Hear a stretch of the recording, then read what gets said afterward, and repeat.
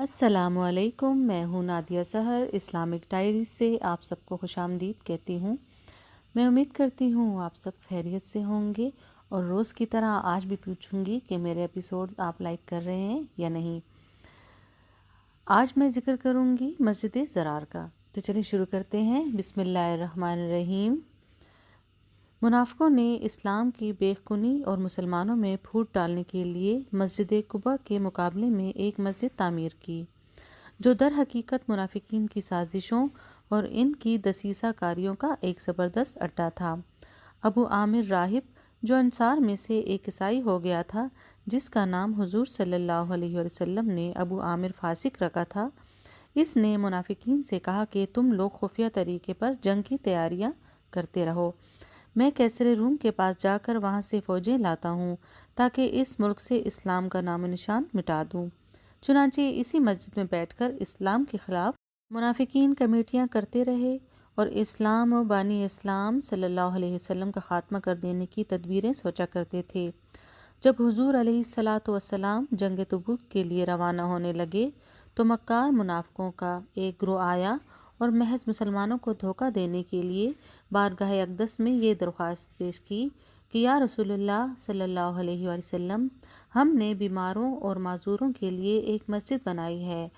آپ چل کر ایک مرتبہ اس مسجد میں نماز پڑھا دیں تاکہ ہماری یہ مسجد خدا کی بارگاہ میں مقبول ہو جائے۔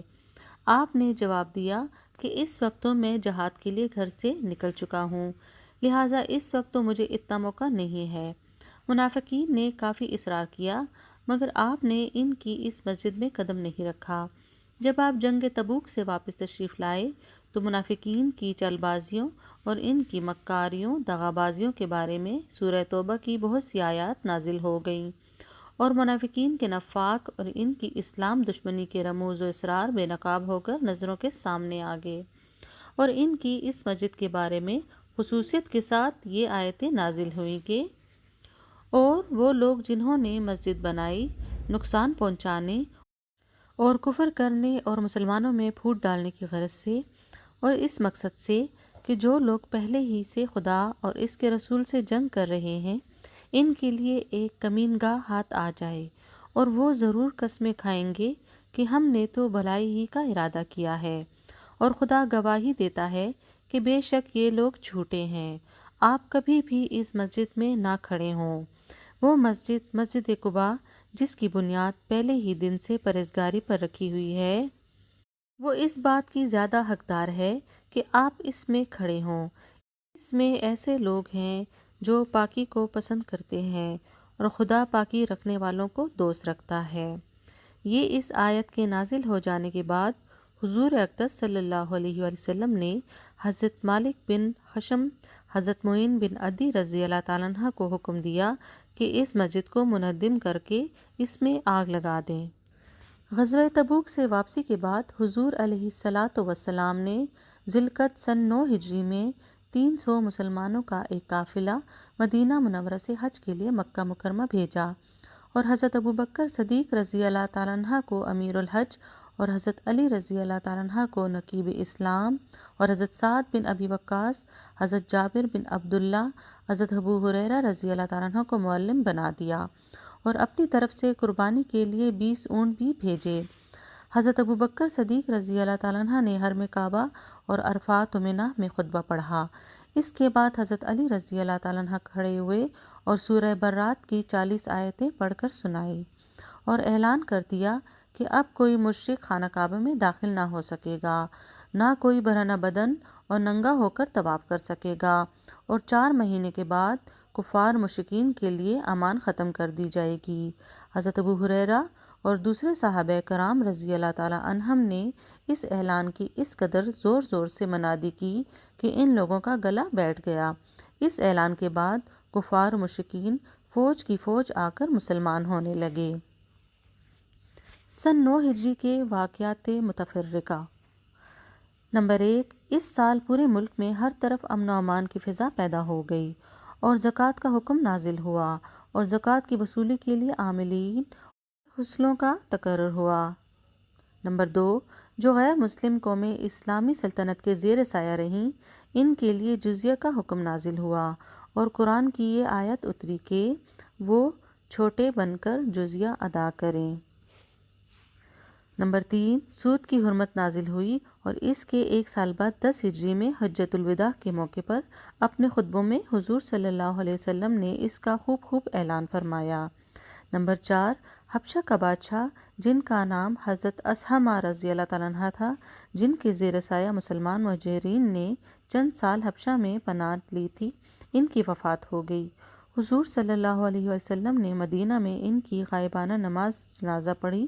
اور ان کے لیے مغفرت کی دعا مانگی۔ نمبر 5، اسی سال منافقوں کا سردار عبداللہ بن ابی مر گیا۔ اس کے بیٹے حضرت عبداللہ رضی اللہ تعالیٰ عنہ درخواست پر ان کی دلجوئی کے واسطے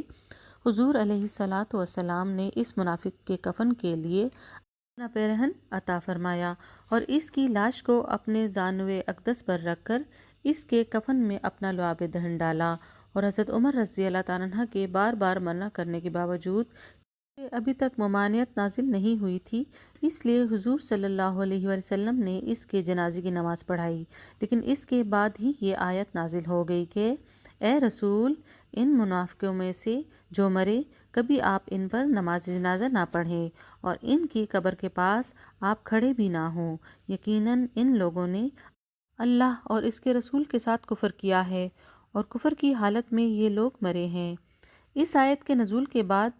پھر کبھی آپ نے کسی منافق کی نماز جنازہ نہیں پڑھائی، نہ اس کی قبر کے پاس کھڑے ہوئے۔ حضور اقدس صلی اللہ علیہ وسلم تبلیغ اسلام کے لیے تمام اطراف و اکناف میں مبلغین اسلام اور عاملین مجاہدین کو بھیجا کرتے تھے۔ ان میں سے بعض قبائل تو مبلغین کے سامنے ہی دعوت اسلام قبول کر کے مسلمان ہو جاتے تھے، مگر بعض قبائل اس بات کے خواہش مند ہوتے تھے کہ براہ راست خود بارگاہ نبوت میں حاضر ہو کر اپنے اسلام کا اعلان کرے۔ چنانچہ کچھ لوگ اپنے اپنے قبیلوں کے نمائندہ بن کر مدینہ منورہ آتے تھے اور خود بانی اسلام صلی اللہ علیہ وآلہ وسلم کی زبان فیض ترجمان سے دعوت اسلام کا پیغام سن کر اپنے اسلام کا اعلان کرتے تھے اور پھر اپنے قبیلوں میں واپس جا کر پورے قبیلے والوں کو مشرف باسلام کرتے تھے۔ انہی قبائل کے نمائندوں کو ہم وفود العرب کے عنوان سے بیان کرتے ہیں۔ اس قسم کے وفود اور نمائندگان قبائل مختلف زمانوں میں مدینہ منورہ آتے رہے، مگر فتح مکہ کے بعد ناگہاں سارے عرب کے خیالات میں ایک عظیم تغیر واقع ہو گیا اور سب لوگ اسلام کی طرف مائل ہونے لگے، کیونکہ اسلام کی حقانیت واضح اور ظاہر ہو جانے کے باوجود بہت سے قبائل محض قریش کے دباؤ اور اہل مکہ کے ڈر سے اسلام قبول نہیں کرتے تھے۔ فتح مکہ نے اس رکاوٹ کو بھی دور کر دیا اور اب دعوت اسلام اور قرآن کے مقدس پیغام نے گھر گھر پہنچ کر اپنی حقانیت اور اعجازی تصرفات سے سب کے قبول پر سکہ بٹھا دیا،